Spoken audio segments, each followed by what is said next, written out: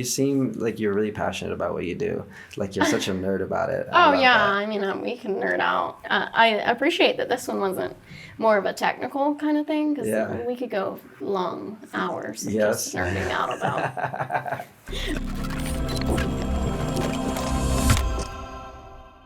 What's up, everybody? My name is Brazil, and welcome to my podcast. Today, I'm interviewing Kaity Williams, who is a cinematographer that shoots feature films, TV shows, commercials, music videos. She's really chill, actually, a very down-to-earth person. In this podcast, we talk about what it takes to make it in Hollywood, how to properly network, psychology, therapy, business skills, making major investments, whether or not film school is worth it, and what it's like to be a woman achieving a lot in a male-dominated industry, especially behind the scenes, behind the camera. She's an incredible person, and I'm glad that she was able to sit down and share her story with us. So, enjoy the show. Hello, Kaity. Welcome to the show. Hi, thanks for having me. Yeah, happy Wednesday. It is a Wednesday. Tell us, what do you do? Well, for a living, I am a cinematographer in the film industry. So that could mean very different things every day, whether I'm doing a narrative, a car shoot, a commercial of some sort. Every day is different, and that's what I love about this industry and job in particular. That's amazing. Yeah. I love it too. I love the variety of it, of being creative, Or just, learning things that you would never thought that you'd be interested or be in the position to be hearing about. Just like cars, I never thought that I would be like a car person, but then I started like filming them and bonding with them, getting to know like what makes this car special, what does that, and all of a sudden now I'm a car person just because I was filming them. Yeah. Well, it's funny because as filmmakers, we're always filming somebody who's probably really good at what they do. Like if we're filming a mechanic, they're probably not a horrible mechanic, Right. Chances more are, of the elite. Yeah. Chances are whoever's in front of the lens is great at what they do. So we're really privileged. Like we get to hang out with people that are just awesome. Right. In we all get kinds these of lives. opportunities to, just hang out with cool people, cool creatives, fellow film people as well. So yeah, I heard Yanni was telling me about this project you did with Bretman Rock. Oh yeah. Tell me about that. What was that adventure? So that was probably my favorite project this year that I've shot. It was called 30 Days with Bretman Rock, and it followed him as he took a journey into the jungle trying to survive. And we filmed it in Hawaii, so that was also a privilege in its own, just to be surrounded by. And, sometimes it's tough when you do not have like production design or art department around, but I feel like on that project, Hawaii was its own production designer, provided its own kind of like visuals and visually pleasing kind of, state to film in. What was the days like? Were you guys just out in the jungle figuring it out? Did you guys have a plan for all his adventures? Yeah, well, we started like at his house and we started filming there, and I loved setting the look. I appreciated working with him because, I didn't know if he was going to be kind of like, oh, I want to be beauty lit or, filming from this way. He was not at all like that. A lot of the times I was just turning the lights off or getting a nice contrast ratio. He had no problem with any of the ways. And so I really liked the way we were setting and establishing the look via the house. And then moving into the jungle, there was moments of like hard light that I was like, oh no. But there was ways you can manipulate the camera and stuff to at least get a backlight or get, that far side key that we always like. And then a lot of times got lucky because the clouds would decide to come out or rain would decide to come out. And that's an added texture that we all love in the film industry. And it was magic moments because there was a time when like Bretman was getting emotional and the rain came along too. Like Hawaii was just like, we feel for you. Yeah, it's magic moments. And a lot of the things that I loved filming did not make the final show, of course. I feel like that's with everybody, is that our favorite shots never seem to make the final project, which makes you think a lot on some of the things we overthink and like trying to perfect. Like, what are the chances this is even going to make it in? So I think we should release a lot of that. But there was like a moment when he had just started a fire and then it started to rain. And so there was this nice like nature color contrast of the blueness from the environment and the rain and then the orange from the fire. It was like a nice color contrast. It didn't make it in, but you might see it in my next reel. Yeah, exactly. Yeah. Maybe. That's beautiful. Yeah. So, I'm losing my voice already. Let me get some water. Right? That's the key to these is water. Ow, now, brown cow. There we go. Yeah. So, how'd you get started in this? That's a great question. But I suppose it goes back to probably about elementary school when my twin sister and I both like found, I think, our dad's like video camera. So we started making home videos of stupid stuff. Right. And just having like a really fun time doing it and learning it and being very like amateur filmmakers and just finding a passion in this kind of creative format. And in middle school and things, school was always like, hey, what do you want to do in life? And it turns out that our fun hobby of making videos, some people pursue it as a career. So we decided to follow that path. And now... How old were you when you made that decision? Oh, I would definitely say it was middle school because I can remember like those career people coming by. So I suppose that would be like 12-ish.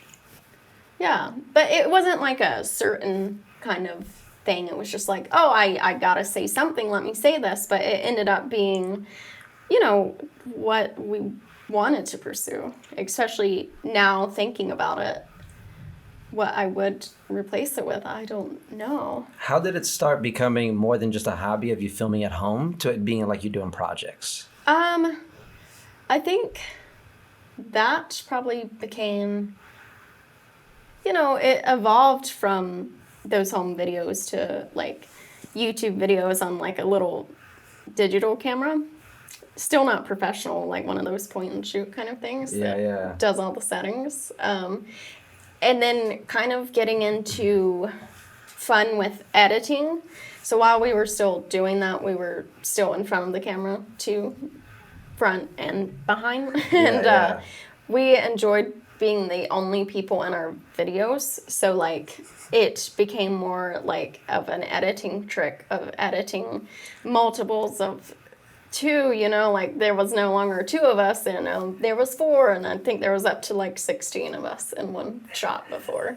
So I'd say you guys were creating for like social media and stuff like that. Yeah, there was probably a time where I would have thought that I was going to be more of an editor because of, finding fun tricks and stuff behind that job. But were your parents supportive? I feel like really blessed to know that I have a very supportive family, from the parents to grandparents. Everyone literally always encouraged us to be what we wanted to be. Like we were definitely creatively like strange and more fun kids. And I always felt supportive, like they never tried to put us into more of a normal mold or something that we weren't. And I think they also saw the opportunity of the pursuing a career does actually have like longevity to it. It's not one so of they those. saw that. They didn't think it was just some fad. Yeah, we didn't have to pitch it and be like, peeps, listen, you know what? Yeah. If we do this, this, and this, it'll become. But no, they were always supportive. They still are. And I'm also probably more close to family as I reach out to some of my friends that don't seem so, have that bond. And I wonder if some of it has to do because, they weren't as supportive. But yeah, as far as my upbringing, I always felt supported by them. So shout out to the parents. Yeah, Yeah. it makes a big difference. You know, I think I didn't realize how special it was to have my parents supporting me because they're both Right. artists. They both do classical ballet and dancing and stuff Wow. like that. So I grew up Wow. in an artsy family. That's and, really cool. To me, it was just normal. I'm like, of course, my parents make cool stuff, you know? And Right. then as I grow up and meet people or go to seminars and I hear people telling me about their like parent problems, I'm like, oh my God, nope. Other people don't have super supportive parents like this. Like I know. it kind of came as a shock to me, you know, and it has such a big impact Wow. on our ability to Yeah. create, you know? Did they think you were going to go to college to do something else? Did you go to college? Did they go to college? Did you? Oh, yeah. I went to film school. I Okay, so went you did with go my to film twin sister. school. Yeah. Okay, where'd you go? We went to Full Sail in Florida. That's awesome. That's the Yeah. school that I originally wanted to go to. Really? Yeah, how was it? It was okay. I mean, I feel like it offered a lot of opportunities that I don't feel like I took advantage of. So, you Like know. what? You know, like you could rent out cameras and shoot projects on your own. Like, Yeah.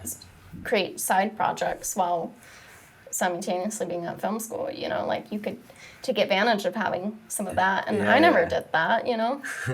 I don't know why. I feel like now or like even getting out of film school, I would have more appreciated that and the opportunity to be able to like not even rent out, but you sign out the equipment and then you can use it. You Yeah, know? they have a lot of Yeah, resources. I feel like, yeah, I didn't take advantage. I did not, you know, you would try out for the roles and I never got the DP position, but I don't Yeah. know, looking back at what I thought was work, probably wouldn't have chosen me anyways. Yeah. So, yeah, no blame on that. Had you worked yet at that point in college, or was it still just a hobby mode? No, I did not professionally, I wouldn't say work. Okay. Yeah. What was your first time getting paid to shoot? The first time getting paid was definitely when I did move out to Los Angeles, which was right after graduating. We just came out here and said, all right, we're doing it. So the first job that was paid was, I believe I was attempting to first AC. Okay. And the rate... For those who don't know, what is that? First AC is first assistant camera. So you're pretty much the person who builds the camera, who does the focus, who's pretty much over the camera aside from opping and actually shooting it. Right. Yeah, that's your camera.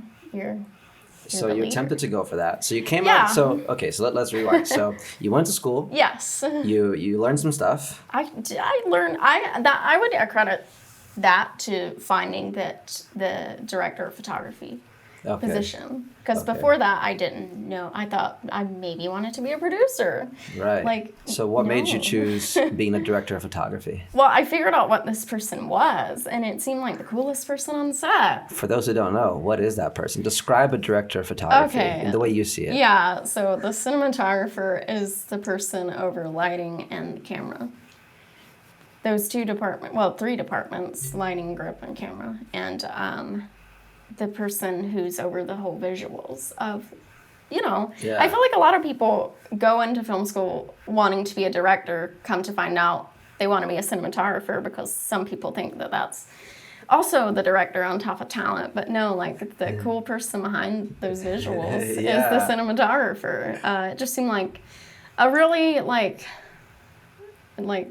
I don't know, powerful role that I didn't know existed, and I was like, oh, Yeah. I kind of want to be that. It's a big responsibility, and because you literally make the aesthetic of the whole project. Yeah, you literally not only make it look good, but make it, you know, feel how it's supposed to, Right. whether that's supposed to look good or not, you know, Right. to invoke a certain feeling by visuals, you know, it's kind of cool.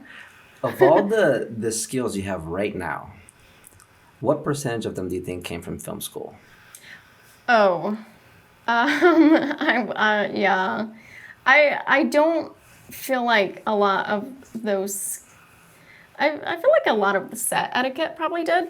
You know, being able to go on a set and know how to actually Yeah. how it goes and the hierarchy and what you do and what you don't can accredit a lot of that too. And there was like some legit lighting courses, and film was actually a thing back then. I think they stopped doing it. You mean like since. shooting on film? Yeah. Okay. Yeah. I actually, wanted to. I made sure to take the position of the loader at film school because I thought coming out here that would be like You thought that was going to be the a big entrance thing. point. Yeah. Yeah, I thought you get on the camera team by working way up, loading second, first. Yeah. So yeah, I'm gonna learn that, but no. Turns out nobody most uses people that, do yeah. not do film. It's a specialty skill, and if you have it, that's really cool. But yeah.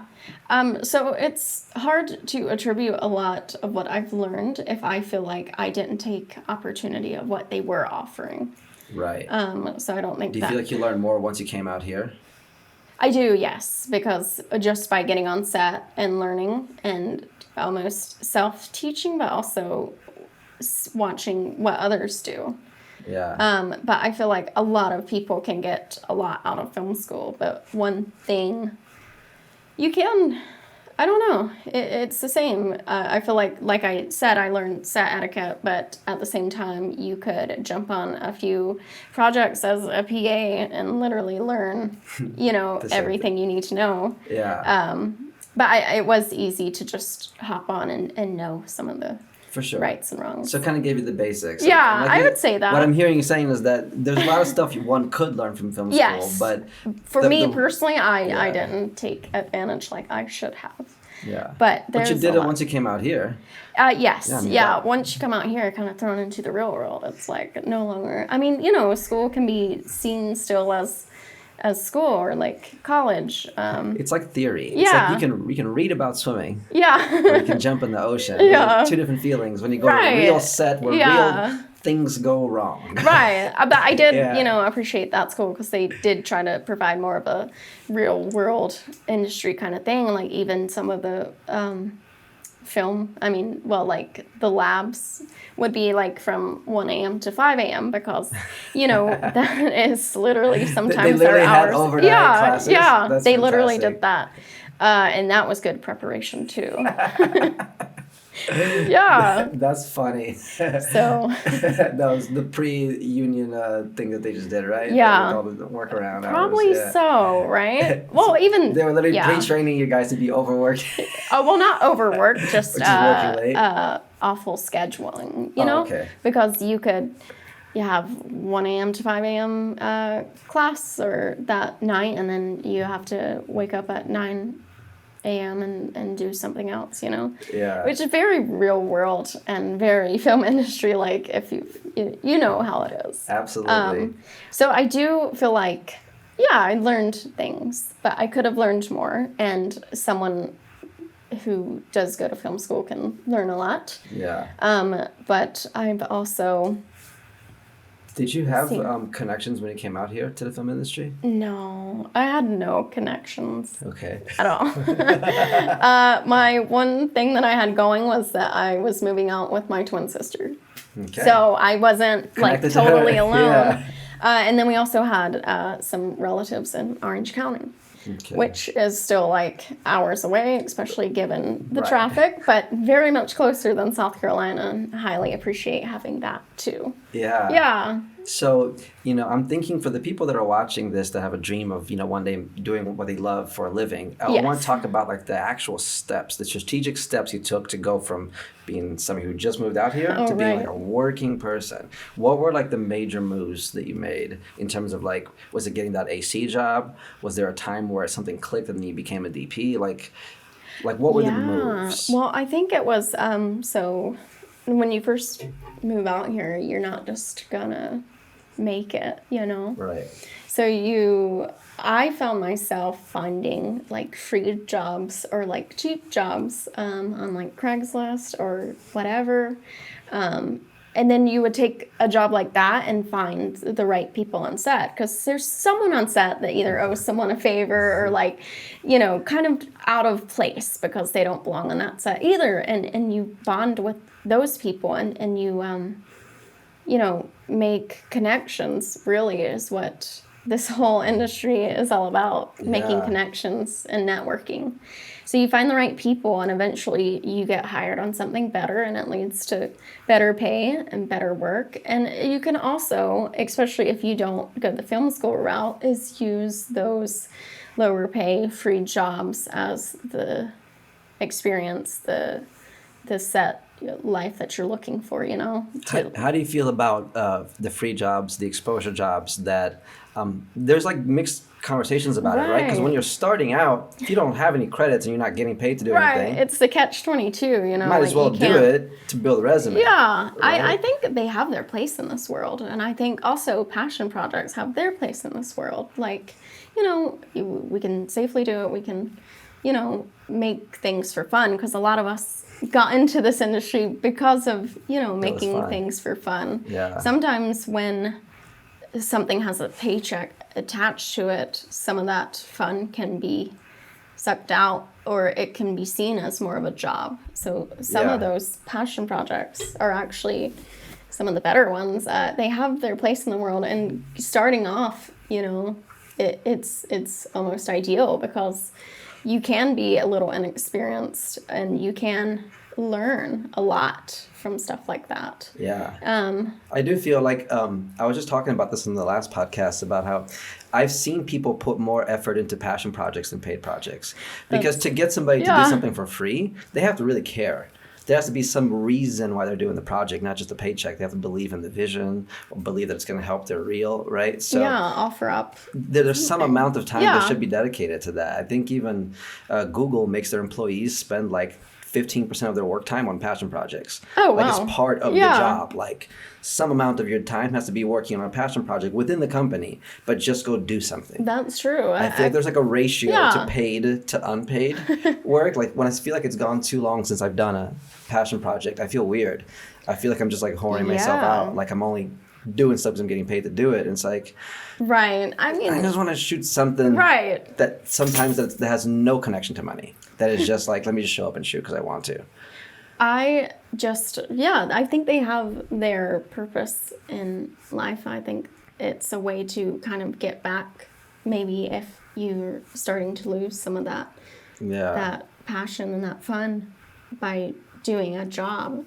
Maybe going back to some of that stuff would bring out some of the creative fun that everyone coming together to make a project. That's something that passion projects don't lack. Right.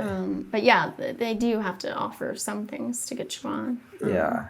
So we were going back to your path, right? So, yes. So you met people on Craigslist. Yeah. You met people on set. I also, found out about like events like Cinematographer or like the ASC open house that are just free for anyone.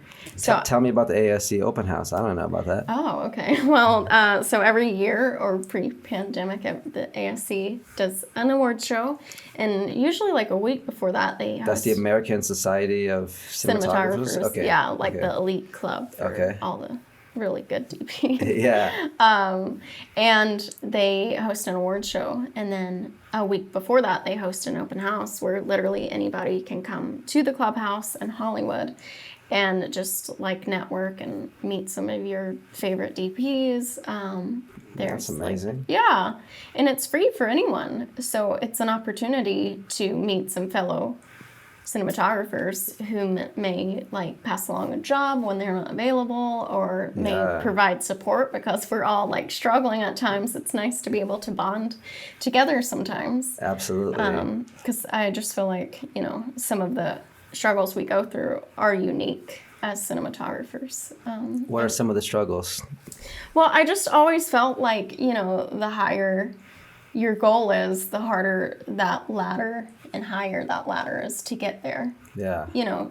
And sometimes when we have friends in the industry who are like, other positions, you start comparing like, oh, well, they're working on something better than me, or they're working more than me. And it's like a little tough, because you have to sometimes realize that you're pursuing a different goal and a different job. So Yeah. it's like not fair it's never fair to compare yourself. That's one of the worst things to do, is to compare yourself, because we're all on a different path and we all know like different people, different situations. It's like going to be different for everyone. But sometimes it's just nice to have that bonding, because like, hey, I'm not working. Oh, I'm not working either. Yeah, I mean, it's a tough time, you know.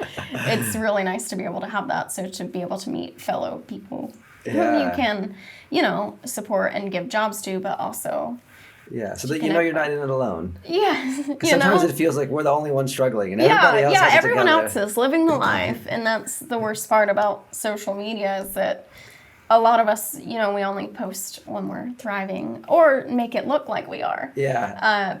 Which isn't very healthy, nor to someone who's looking, you know, there. I like to throw in some realism, and, you know, it's not easy. It never will be, it seems. So I'll talk to like huge DPs, and of course, none of us are where we want to be. Like we're always going to want more and bigger and better and stuff. So, you know, it's helpful to throw in some like realness sometimes. Absolutely. So people know that. Yeah, like, or either, hey, I'm not working, or this job I just did, you know, went through this, you know. Sometimes it's nice to throw light on the negative. Yeah. Like even when I see somebody who's really successful talk about their anxiety or something like that, I'm like, oh, great, I'm not the only one who feels this. It seems like, the film industry can induce a lot of it. So it's, you know, we're all similar but different. So yeah. What was your first, what you considered legit DP job? Oh. What you consider legit for you at the time? Right. The first legit job, I don't know. I'd probably go with the feature that I did. Okay. Just because it was a feature. It had a little bit of a budget. Okay. It had a budget, and a crew, and a story, and it got produced and made. Like, there's which is the saying a final lot product. for most projects. Yeah. I always, you know, when they're like, hey, when did you get into this? And I'll say the year, but I'm always like real. Like, I don't like my work until 2017. So I made that feature in 2017, and I feel like it was that year that I really started to know lighting. Because I came up like through the camera world. Yeah. I did mostly camera stuff, but I love lighting. I think it's probably the most important aspect, and what really separates a project is good lighting. And then you have lens choice, and then you have your camera. It kind of comes in that order. Right. You know, anything with good lighting, you can do a lot with that. There's something so beautiful about great so production. Yeah, I highly recommend to. And if I could go back, I would love to go the G&E route. For those that don't know, that's grip and electric. Yes. That's handling the lights. Yeah. You're either bringing up flags or lights and stuff. I feel like that would be so much fun. Yeah. But I'm also like physically not what you would expect. Kind of small. So, you know, some of those. The cameras are pretty big. Yeah, but like 18K and like a big light stand, it's got nothing on the camera. True. Camera was made to be well balanced. Like, right. Yeah. I guess what I'm wondering is how serious I would have been taken if I wanted to seriously be like a legit gripper electric. But yeah, I try to gaff anytime I can, or anytime anybody lets me, because I have so much fun. Yeah, actually touching the lights. Yeah, sometimes I'm like, oh, was it gaffing that I wanted to do this whole time? Because they literally have all the fun shaping the lights, and grips too, you know, key gripping, but you know, I don't know. We can like many things. Right, I just highly appreciate them. They're the best people on set too. Oh, absolutely. Yeah. Oh, they are the real gladiators on set. They're so great. But yeah. So in 2017 is the first project that you really enjoyed. Yeah, the first one that I like really claim and say, hey, I did that. I made need something, you know? What do you think made the difference before? Because I know it's all like perspective, right? Like when I was first making videos, I thought they were great, and as I get older, I'm like, oh, those are nothing. Right. Like the older I get, the further I have to move my reel up, because I'm like, oh, no work past that year is good anymore, and I keep raising the standard. Yeah. Before that feature film, did you think you had made something awesome? And then change your mind? What I think that I would do is I made like this like Foot Locker thing, and it was nice, but what was also something about it was that it was all naturally lit and it was naturally nice.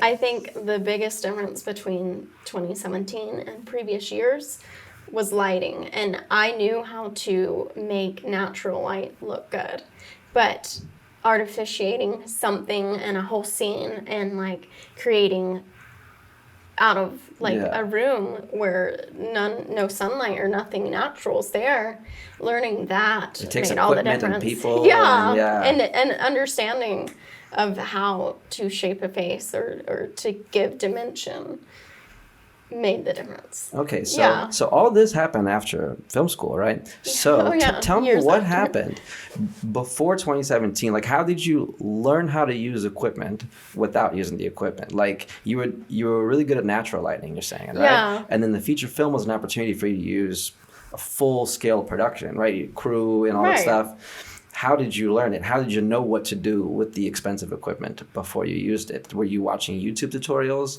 Were you like, did you have like a mentor with a bug in your ear? Like, what was your method of learning that? So for me, and why I really appreciate that feature was that same year I did meet a mentor who's became a really good friend.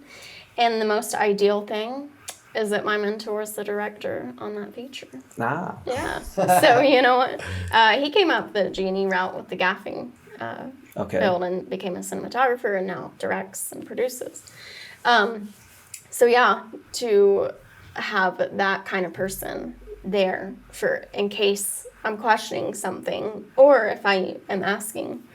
But did you, in your mind, already know? Like, were you like, man, by the time I get a budget, I'll know what to do with it? Like, coming into the film? Like, did you have an idea of how to use the big things? I knew something was going to work out. Okay. You ever just think, like, it's going to work out? Yeah. Yeah. It was kind of that theory. I don't know, manifestation. But I did always know I needed to know more and learn more and, you know, just invest in a light meter and start doing either photography or something, figuring out what, you know, like makes a good image light-wise. And how did you learn it though?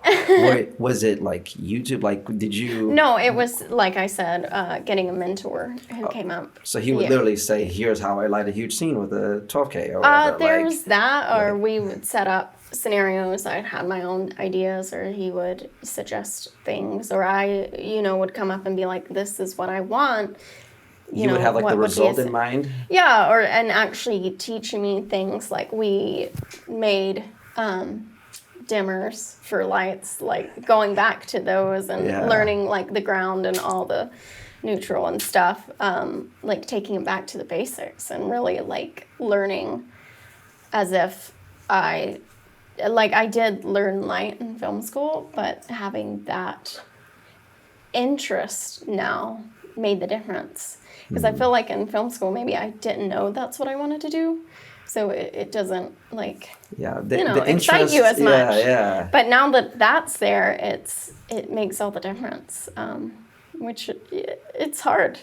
Especially going back to middle school, even though I kind of knew what I wanted to do. When we ask people that young, like, what do you want to do? It's almost... It can change from then to high school, from college to after college. Was there anything else you wanted to do that was like just a side idea? Like I also wanted to be an astronaut. Just because I thought the view would be really nice. Yeah. I literally was thinking visually of just like being in outer space looking at the Earth, because I saw all those beautiful pictures on Nat Geographic, and I was like, I just visually want to see that every day. That was my inspiration for that. And then I thought I wanted to design roller coasters. Oh, man, that would have been cool too. Because I wanted to make experiences for people. But then once I picked up the camera, it was a wrap. It was done. Yeah. It met so many of my needs because I could make friends anywhere because I had a camera. Right. I could just show up. I'm the guy with the camera. Hey, let's make something. It was such a way to connect with people. That's true. For me. But did you have any other interests, or was it like already filmmaking? Like you wanted to make videos? Yeah, no, it was always filmmaking. I mean, like in kindergarten, I wanted to be a football player. So I always have this thing that I must have always wanted to do something more that was very male dominated. How has that been? How has that been being a woman in a male-dominated, industry, especially behind the camera? Right. I mean, I've mostly had normal experiences as if I was a dude, like it's not a factor, and I try not to just, I never am a female filmmaker. I don't like identifying as that. Puts almost like a disability on you that you're not a filmmaker, you're a female filmmaker. Right. Like don't, identify as that. I've had things, especially people questioning whether I can pick up that camera or not, or preserving me because of that. You mean like people saying like, can you carry that big camera? Like that kind of comment? No, I was operating on this Lifetime feature, and the director was like, oh, by the way, you're not going to op this next scene because it's going to be 3 hours and you can't do that. But hey, you can first AC, right? And so, I don't know what I should have done. There's times I'm like, I should have walked off, should have done that. But I didn't, butcher focus. That's not my job, But, so I've had situations like that. I've had very, nasty, male directors who just think they're so great and, had to tell me that, I was questioning why this guy who was supposedly operating underneath me was making more than me. And the dude was just straight up said, oh, because he's worth more than you. I've heard things like that. I was supposed to be the DP on this project, but this dude, somehow got the person that they probably wanted in the first place under, supposedly. And I never worked a day after that. On that project. Yeah. I'd say things like that, it happens. And it comes with those, imbalances of the past. But I think moving forward, one day we'll come to a point where we just hire people regardless of what they are. As long as they can deliver. I see, too many people who don't get jobs because they don't fit the what we're looking for. We gotta hire a female. Be cool, be on top of it. But if you do happen to want to hire minorities or anything, it would just be best to more so word it hey, I'm looking for a DP who happens to be a female, instead of, hey, I'm looking for a female cinema. Yeah. So, it's great if you do want to,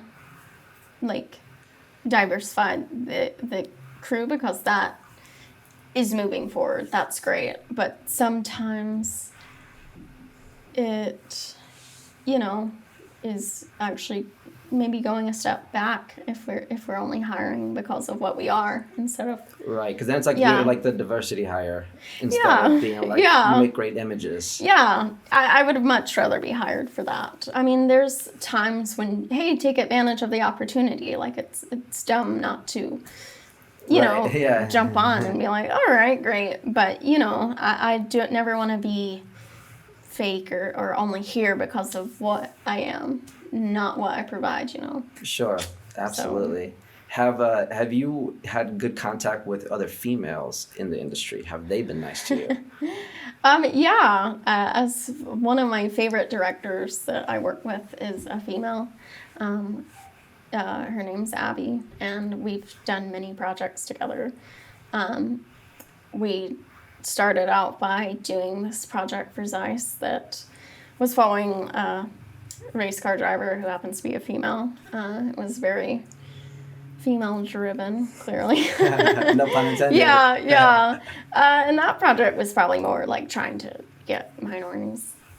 Sure. But yeah, no, the whole crew wasn't female, Right. not just trying to take jobs away from males because, some of my favorite people are. Another one of my favorite directors, it doesn't matter what they are or who. It doesn't. We just, one day will come. But I understand that we really have to make up for such a long past of male dominance that we have to make up for it. And then once we do, we can bring that down and meet and just hire people for who they are. And I think that's beautiful because there are so many potential creatives that we sometimes write off. I remember seeing in when they were shooting the movie Training Day, with Denzel, right, that they were in the hood and they would take all these local kids and bring them on to see the cinematographers, just show them the lights and everything, to show them, hey, you could one day be doing this, because you never know. This is available. There's so many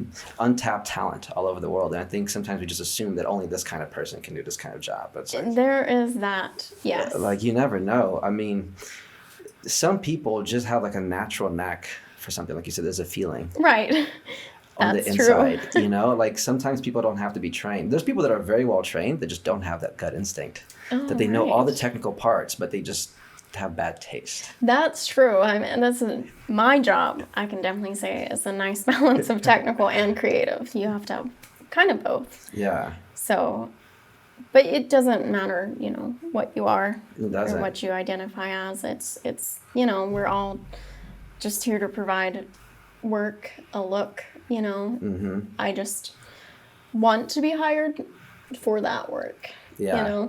Absolutely. What are your goals right now? Like, what excites you? What do you want to have happen? Right. Well, a more, not so distant goal I really want is to join the Local 600 union.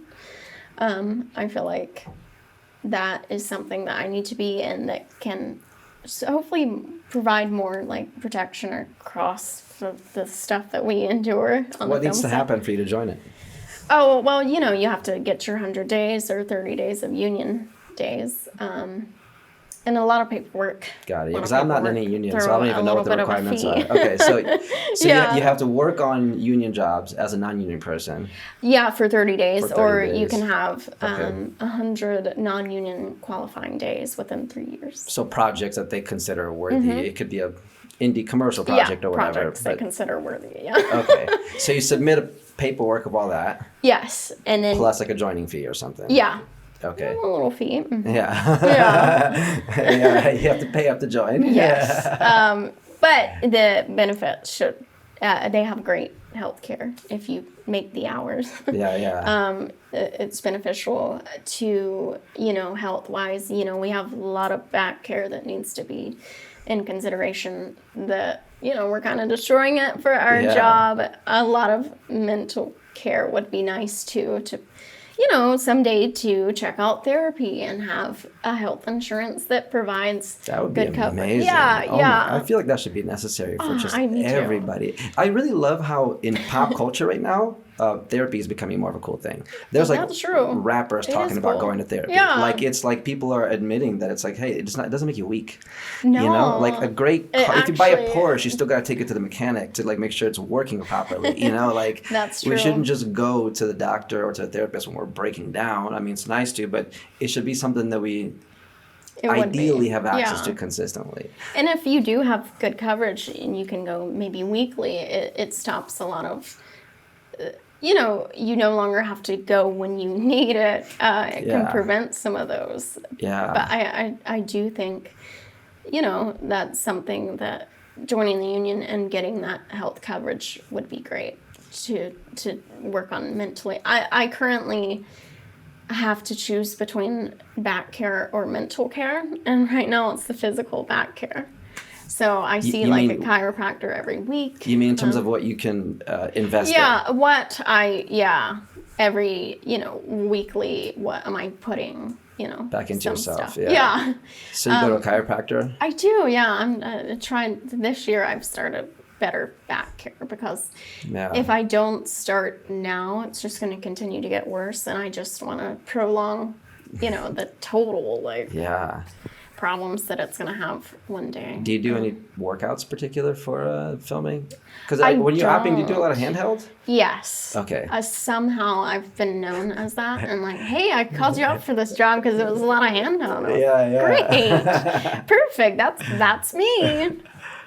So, somehow I do enjoy handheld, and I do not like the easy rig. Right. A lot of people like that thing, and I'm very old school. I love the connection with it on your shoulder. Yes. But there is like the ergo rig out there that I would love to try out sometime, because I haven't seen the ergo rig. yeah, it looks more like a Steadicam vest, and Okay. it puts the weight more on your Yeah. but it would be a little bit of an investment, but Right. also a life investment. I'm finding that the things we do now will, really shine later on, just like back care now is going to make all the difference 10 years from now as to what I will be able to still Yes. do. Because we got to think about the subtle things that we do Yeah. every day. They're going to add up somewhere down the line. Right. I mean, unfortunately, my job carrying a camera is inhumane. We were not made to have like 18 pounds or more just On chilling. one side, yeah. One side. And then the other side is overcompensating for it. So that side's jacked up too. Yeah. And you don't realize it. Sometimes it's actually worse. But anytime I go to a massage, they're like, you use your right side more? And I'm like, yeah, a little bit. Do you ever go to the massage where they walk on your back? I've done that before. It's been a while, but yeah. That's usually what I do. I like the deep tissue. I like that, but I'm finding I need to be more gentle. Okay. Yeah, I thought like, oh, just give me that. I'll be in pain for 2 days and then we'll be good for the next. But I'm like, I don't know. My dad always said you're supposed to enjoy a massage, so I wasn't. No, I'm more firm. Okay. Yeah, and it's like still nice, but Right. not too intense. But I that used to be my thing. Yeah. It's good to have self-care. Yes, but I hate choosing that over mental at the moment. It would be nice to be able to do both. Right. Yeah. If I had coverage for both, and it was just they're both part of the job. Yeah, I don't. I've never seen a therapist, although I've studied psychology, and I have a coach. Oh yeah. Yeah, I have Wow. like a success coach, so to speak. Okay, that's really cool. Technically, is a results coach, is what they call Yeah. themselves, and that's been beneficial for me because basically, I'm paying for it, and every week we talk about where's my threshold. Yeah. Like, where do I feel like I'm at my limit of control? Like, if I feel like I'm overwhelmed in this area of life, we talk about it. It's a 30-minute call. I had one right before we had this interview, actually. no I just had way. one, yeah. And every week it's something different. Like, she'll call and I'll be like, you know what? I feel like I got this under control, but I feel like my organization's off. I feel like I'm all over the place and you do this. And we'll talk, well, why is it out of control? And we start breaking down like the limiting beliefs, and then we kind of realize, okay, I've been telling myself some kind of a story that gets in the way of what I'm trying to achieve. And we work on that story Right. a bit, and then next week that part's ready, and then I'm like, okay, cool. Well, now I'm stressing about this, reconnecting with my biological father. That's stressing me out. Okay, then let's talk about that. Wow, and yeah. so, having somebody to do that with, although it's not a therapy, it's because we don't talk about the past, we just talk about the future. The questions are just like, how's it going? Yeah, interesting. What do you want? And then they ask, why do you believe you can't have it? And that is very deep. And then we go through Yeah. that, the beliefs about why we think we can't have it. Like, I think that's something I constantly think about, I have a belief right now about what I think I can and can't achieve as a director, right? And that may be limiting me because maybe I can actually achieve a lot more, Right. but I consider myself at this level. So then I only go for these kinds of things, right? Or I may have some presumptions about, about myself or a person or a project, so that's something I want to talk to you about. What were some, I guess, I kind of want to hear more about yours. Yeah. What is holding you back? I think, well, I'll share something. So this year was my best year business-wise. I've always been creatively doing what I want. I've always been able to work with people I've wanted to work with, but I always kind of sacrificed money for it. I'll be like, oh, I'll take less on this gig to do this, or I'll reinvest it back into that. And this past year, I achieved a lot. But I was so used to being in survival mode that when things started going really right, I got like worried and scared. I got stressed out because I was like, so, like the universe doesn't work that way. We get a lot of good, and then we get bad, and then the good makes up. Yeah. It's always like, when does the streak end? Yeah, exactly. Yeah. So then I wasn't able to enjoy a lot of it because I was just worried. I was like, it's going so right. I can't believe it. Right. You know what I mean? Yes. But I think that was also just because of where I was identifying at. I think I was emotionally addicted to being stressed. So that when things got better, even though we want them to be better, we're used to them being bad, and what we're used to feels familiar. And when we get what we want, it's so unfamiliar that it's scary to have it work out. So you have to go back to where we have a familiar feeling, which is having it not work out, and that's where self-sabotage comes in. So it's a process. I went to a couple workshops this year, like personal development type workshops, where we did some like trigger training, and there was this one exercise that was interesting where we were like 100 people in this group for like a 5-day training, right? And we're all strangers. It's like Uber drivers and doctors and filmmakers. It's just random people, right?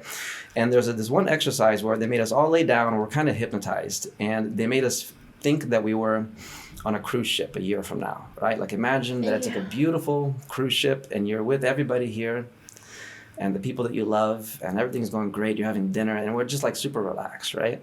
And then like an alarm goes off. It's, the ship is sinking. The ship is sinking. Everybody's gonna die. Only 3 of you get to live. Now each one of you stand up and you have 30 seconds to tell the group why you deserve to live. Go. Wow. And then like each person just went up and was like, oh, well, I'm a doctor. So, you guys should save me because I'll do this. And somebody else was like, well, I have kids, and so they're all I have and da-da-da. And then I went up and I was like, well, I'm a filmmaker. I don't know. I guess I'll make a documentary about you or something. I just said why I thought I was valuable. And at the end of the exercise, it was for us to uncover the story we've been telling about why we think we're valuable. That puts it all in perspective. Yeah. So each one of us at an emergency state, we're thinking, well, I'm a valuable person because I'm a doctor or because I'm a this. And then we're forgetting that we're just inherently valuable just because we're humans. Yeah. And we're here. And it was like I realized that I was putting, because I love what I do, like you. I love creating. It's who I am. I feel like that's part of my love language is I like creating stuff for people. I have visions for it, But I think I just got caught up in that being my identity. And then I just realized that I was deriving so much of my value from that I just forgot that just me. I'm me, the man. Right. A lot of times we may even get into this industry because we don't particularly like us ourselves. So, but me, the career, I like that.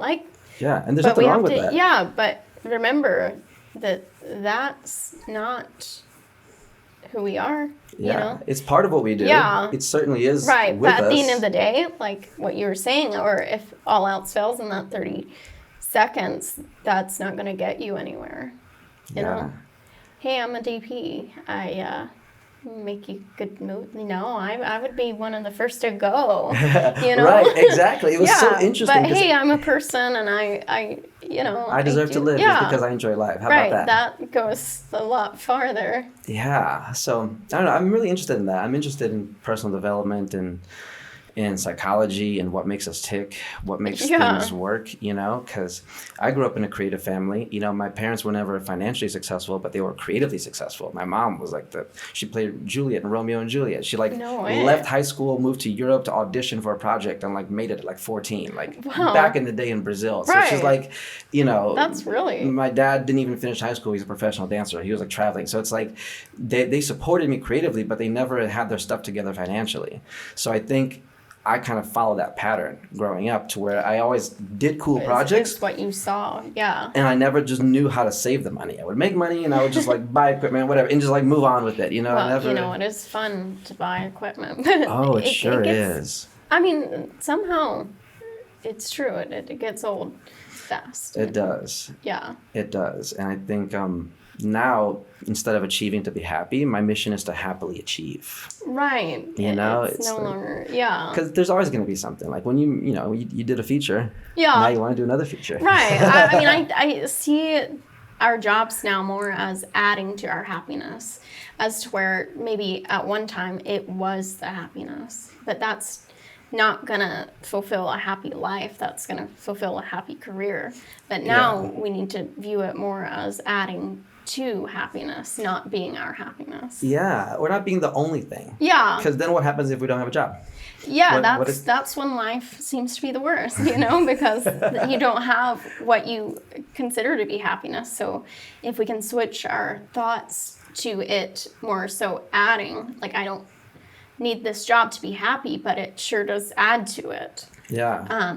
That's not me currently, but I'd love to get to that state of thought. For sure. It's ideal. Yeah. I mean, I'm not going to lie. It's great when you get jobs. Yeah. It's great when things go right and you get paid and you have a budget. Is. Like, it's not like, oh, we shouldn't be happy from that. We should just be like, no, that shit is awesome. Yeah. But I think I don't know. I don't want that to be the only reason I'm happy, Like I want to show up to set already happy. Right. The thing is, if it is the reason why we're happy, when we do have those darker moments of, no work, that's why it hits harder, is because that is what makes you happy, and that's the only thing, it seems. Yeah. So I don't know. And I feel like going back to that's kind of why sometimes the mental is necessary in this industry to work on too, as well as the physical care that we very much value. Yeah. Sometimes it's hard to value the things you can't see or that you don't see. Yeah. But what was your belief when you moved out here? What did you believe about your career? What was your mindset coming into LA? I think, we all dream, and it's ponies and unicorns and great stuff. You were optimistic. Yeah, you see yourself on the top. What was your knockdown? Did anything ever...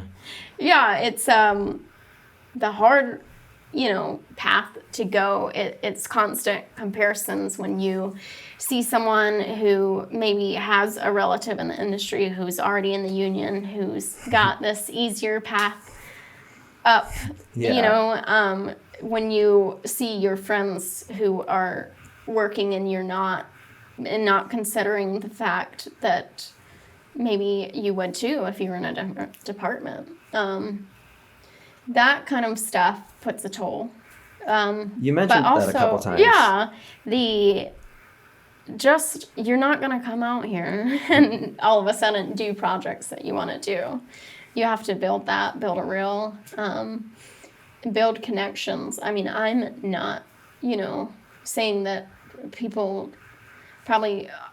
they don't look at me and think I have it made it easy, because maybe it looks that way. But really, I came here, I have no connections.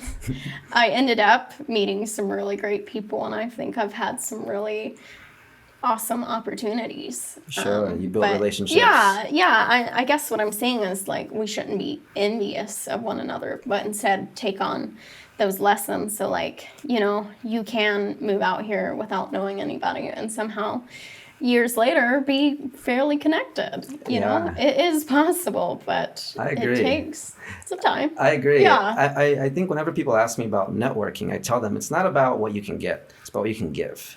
You know, like if you meet somebody, instead of saying like, can you get me on the project? What I like to ask is like, what are you working on and how can I help? Right. And then I become somebody who's adding something to it. And supportive. Supportive. Yeah. You know, my first month here, I met Tyga, the rapper, and because I had met his producer at a concert that I took my sister to in Chicago. Oh, no way. Yeah, me and my sister loved going to... You were networking at the show. Oh, yeah. So we were at this concert in Chicago, and like here's the stage, and there's like, the arena. We were like on like stage right, and I saw this guy on like stage left across the arena who just looked important. Oh, like something you had that, initiate. He was like on his BlackBerry and not giving a fuck about the concert. It was the BlackBerry, and I was just like, I should talk to him.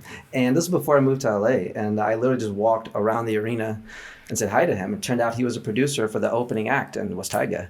And, Really? Yeah. Oh, wow. Yeah, because this Tyga was opening for Drake at the time. And Okay. So it's a Drake show. it was a Drake show, yeah. But this guy was producing for Tyga, and I didn't even know who Tyga was, honestly, at that point. But I knew that he was a music producer, so we connected. And then when I moved to LA, I had 1 month's worth of rent, no job lined up, and I was like, I'll figure it out. Right. I can Craigslist it. You know what I mean? Like, it's, people need videos. Something's going to work out. Something's going to work out. I had that faith. Throw it out blind there. faith. Yeah. You know? And he connected me with Tyga. And in that first week, I shot like a free video for him. And it went on World Star and it got views. And then it was like, great, shoot me another video. And that one was free as well. And then after the second video, that one also did well. But then I was like broke. I was like, dude, my second month's rent coming up and I don't have any money. And then he was like, well, would you like to go on tour with me and Diddy as our videographer? And I'm like, yeah. You know, okay. and again, barely paid me. I think it just made, like, I might have gotten made rent. Yeah. You know, but it was like that sacrifice and that willingness to just say, I'm going to do it no matter what. Right. And then it led to something bigger. It led to something bigger, you know, and I think I calculated that, okay, I'm going to do these jobs for free, but they're going to give me credits. Right. With those credits, I can flex and get local jobs and build my way up from there. Wow. Yeah. So that was my mission there. When you were coming up, were there any particular moves that you thought really changed the game for you? Like when, you bought a big camera. I did, yeah. So buying the Airy was, game changing for me. I realized that I am not an assistant camera. Like they're totally different skills. And I'm really envious of people who have those skills on top of DP because they can climb the ladder and learn under a lot of talented people. But I just didn't have that. I also felt like it was way more stressful to be the AC than the DP. Like you're the person on set. You got to get focused right. You know, you got to have camera built, no questions asked. And you're only, you're only noticed when things don't go right. You know, you're supposed to be on top of it. So I realized I do not have those skills. Nope. And I do still wish I would have even considered G&E. I feel like that would have been really great. But instead I was like, well, I'm this kid DP thing. I really don't have anything to offer, hire me because I can do something. Like literally that would probably be the resume. And I always loved Airy. How did you get it? Did you get a loan? Yeah, a loan. I couldn't afford that. Right. That's a big investment. Yeah, it is. But it was like right before everybody and their mom and dad owned a camera. Because now we kind of have affordable options. Sure. A lot of times people require the DP to have equipment. Okay. So it was a way to be like, hey, hire me. I have an Airy camera. That is the gold standard of cameras. Absolutely. Like name drop it. It's the one. Yeah, because people don't know this. A lot of cinematographers don't have their own cameras. They show up in the production rents. They shouldn't. You know, every job's different. I've shot so many different ones that I would hate to be limited to one tool. Right. But you we're having going that, back to this kid DP wannabe person. And it was like, how do I even do anything? So the thing was I could offer this camera up. And whether that's why you hired me in the first place, if you're going to call me again, it's not going to be because of the camera. It's going to be because you liked what I did. Don't you hate it when people say, what a great image. What kind of camera did you shoot? It's like, it's not about the camera, man. Right. Well, I love people maybe who complained about Red when they first came out. Yeah. And it was because you didn't know how to use it. You know, no camera's just going to give you a perfect image. Once you... Yeah, you should really, any capable camera, cinema camera is there with enough, photons to collect a really good image, but it doesn't do it on its own. Yeah, it doesn't change the shape of the lighting. It doesn't change the composition. It's like a great microphone doesn't change the lyrics of a song. Right. It is a flat sensor that has a flat two-dimensional image, and how you make it appear three-dimensional is you shape it and give it light, or you do lens tricks and stuff. Yeah. Yeah. Now, I remember in this conversation, you mentioned a lot about how, if I'm hearing correctly, that you think you maybe could have moved up faster if you were in a different department, right? Yeah. Let's talk about that, right? Because I feel like that's something that's on your mind, right? Because what I think I'm hearing is that as a director of photography, you're high up the food chain in that department, right? Yes. So if your goal is to be at the top of a food chain, it's going to take longer to move up there than if your goal was to be like a C or a grip. You could move up a lot faster as a grip. You could grip for a feature film. To direct a feature film or DP feature film is a whole nother. Well, the other thing with the DP or the cinematographer or director really is that everyone wants to be the competition for it is so much. With, if you don't want to do a job, that's fine. Is the price too low? Whatever, this other person will do that. Yeah. You can be replaced like that. Yeah. And I like admire people like the sound community, because like they all kind of come together and like set rates that they won't agree to, and they do agree to as a unity, like like standard rates. I feel like we're more competitive, like, oh, okay, you don't want that job? That's a cheap price. Okay, you're talking to someone about that, and then next thing you know, they're going to take that job, even though they were just agreeing that it wasn't enough. But we also can be tricked into things like, well, I can't pay you, but guess what? You're going to get real material. Or guess what? I have access to, this camera, and you can work with it. Or, we have a job and you can get to, like, there's so many bribes in this department that a lot of other ones are like, I don't need real material. That equipment doesn't excite me. Yeah. There's so many things that makes this road a bit longer because, there's ways to just get past or cheating out and be offered up stuff. Because, it's all catch-22. You need the work to show the work, but how do you get the work without it, It's like proving you can build a skyscraper if you've right. So you do need to take those lower projects, cheap projects, so you can build the work and get the stuff. But it's like, that's what makes it a bit tougher and different, and the same probably as directing is that. Yeah. Who do you look up to? Who are you inspired by? Well, I feel like Conrad Hall, taking it back. Who's that? He is a legendary cinematographer who inspired Roger Deakins, who is now a legendary cinematographer.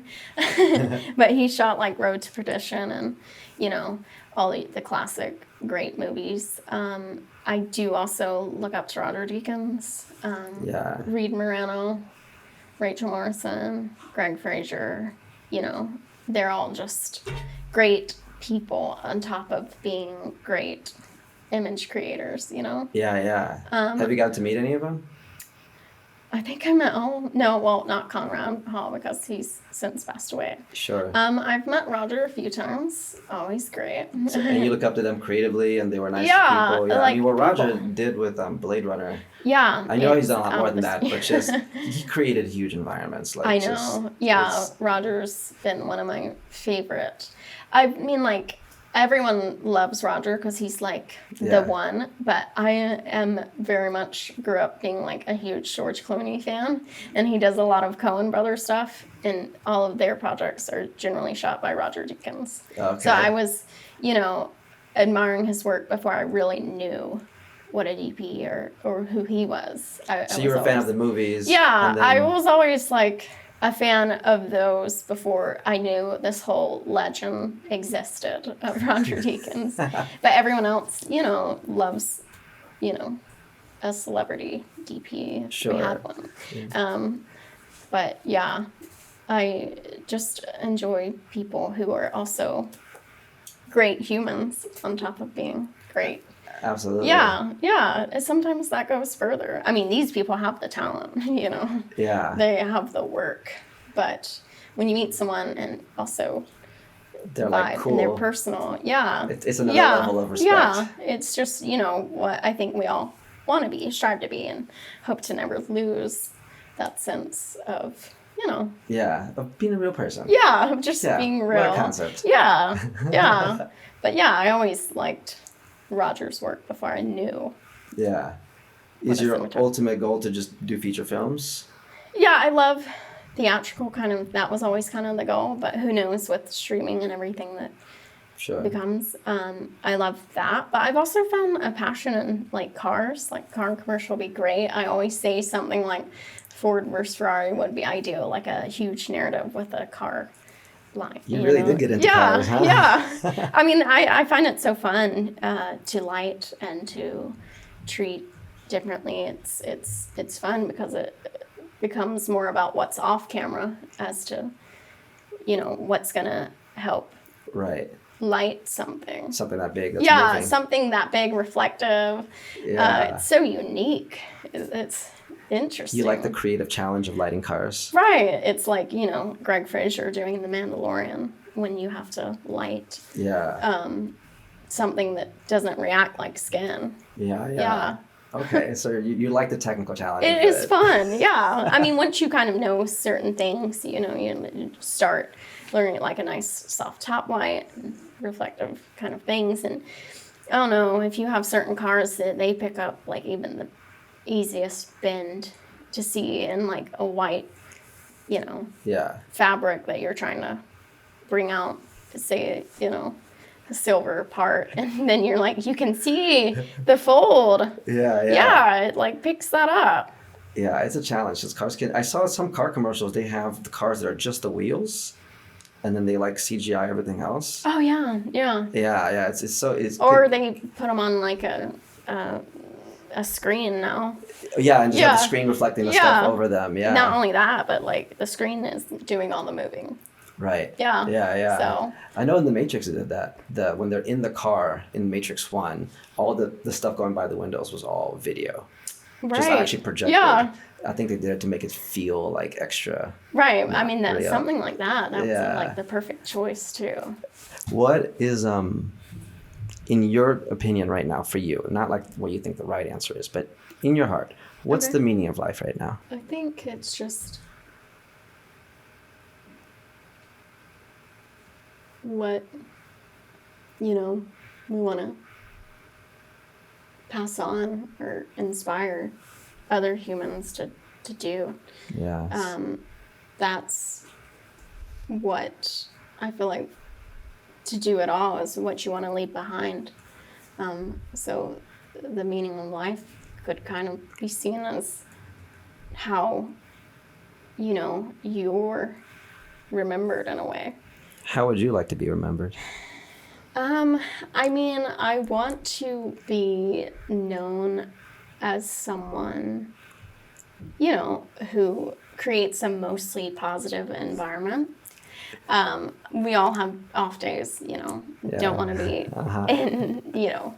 don't want to be unreal, but I think like the environment you create can change the energy around so much. And when you're in a position of more so leadership, you have to project that, you have to showcase how you want the rest of the crew to be. I want to be like known for being more like real, like not just a facade or faking this. I want you to know that I also have days that I don't like where I'm at, I like to shine light on the negative stuff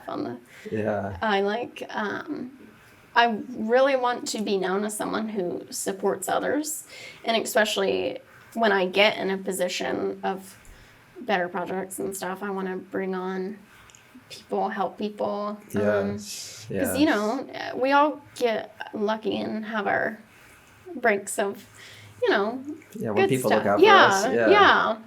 So I just want to give opportunities like that. And I mean, I want to be known for having good work. I do, that's really what I don't want to be putting out, what I don't want my name on. I love putting out images that I enjoyed creating. Absolutely. It's fun getting excited when you have like good light and like when you're like just behind the viewfinder and thinking, Like, yeah. oh, this looks great. Like that feeling's really. That is a great feeling. Yeah. I love it. So yeah, I think those kind of 4 things. That's beautiful. Combined, but that's not really a meaning. But it is what I feel like. Yeah, it's I asked for your answer. Yeah. Something in the moment. You know? I love that. Yeah. I love that. You seem like you're really passionate about what you do.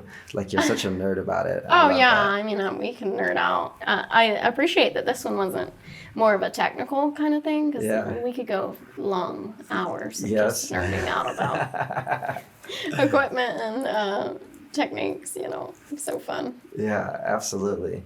Well, thanks for joining. I mean, I think there's so much more we could be talking about. Like, I'll probably have to bring you back on for, I for feel more like episodes. we should turn the tables because I feel like you have a few good things out there to get One or through. two. Yeah.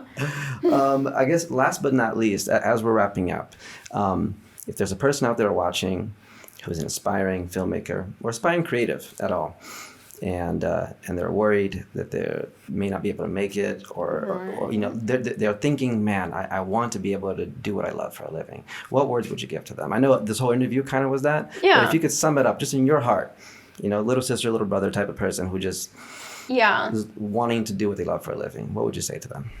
I would say that you're definitely not alone and not being where you want to be. And, you know, the thing with life is that it's full of good and bad. And then when you look back on life, we often forget, like, the bad moments, you know? Yeah. When you look back on a good year, it's like, oh, that year was so good, but you're forgetting some of it. Yeah. I mean, it's just to stay real and to not compare yourself, because looking up on social media and seeing someone just living their best life is not real at the end of the day. I've seen people post projects that I know they shot months ago acting like they're working right now. Yeah. And it's like, I get why you're doing that. You're trying to, like, hey, I'm in demand, I'm working. But it's kind of tough on other people thinking that you get to work all the time. Yeah. So I think just knowing that, you know, a lot of us, we just don't post when we struggle, but we all do. And none of your favorite filmmakers or inspirations got where they are without any kind of struggle, you know. We all do it. It's part of, you know, when you write your book someday, you want to have these and appreciate the experiences that life gives. You know, just don't give up.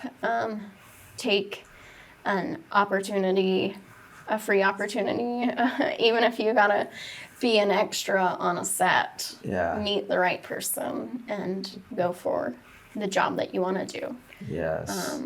Climb the ladder if you can.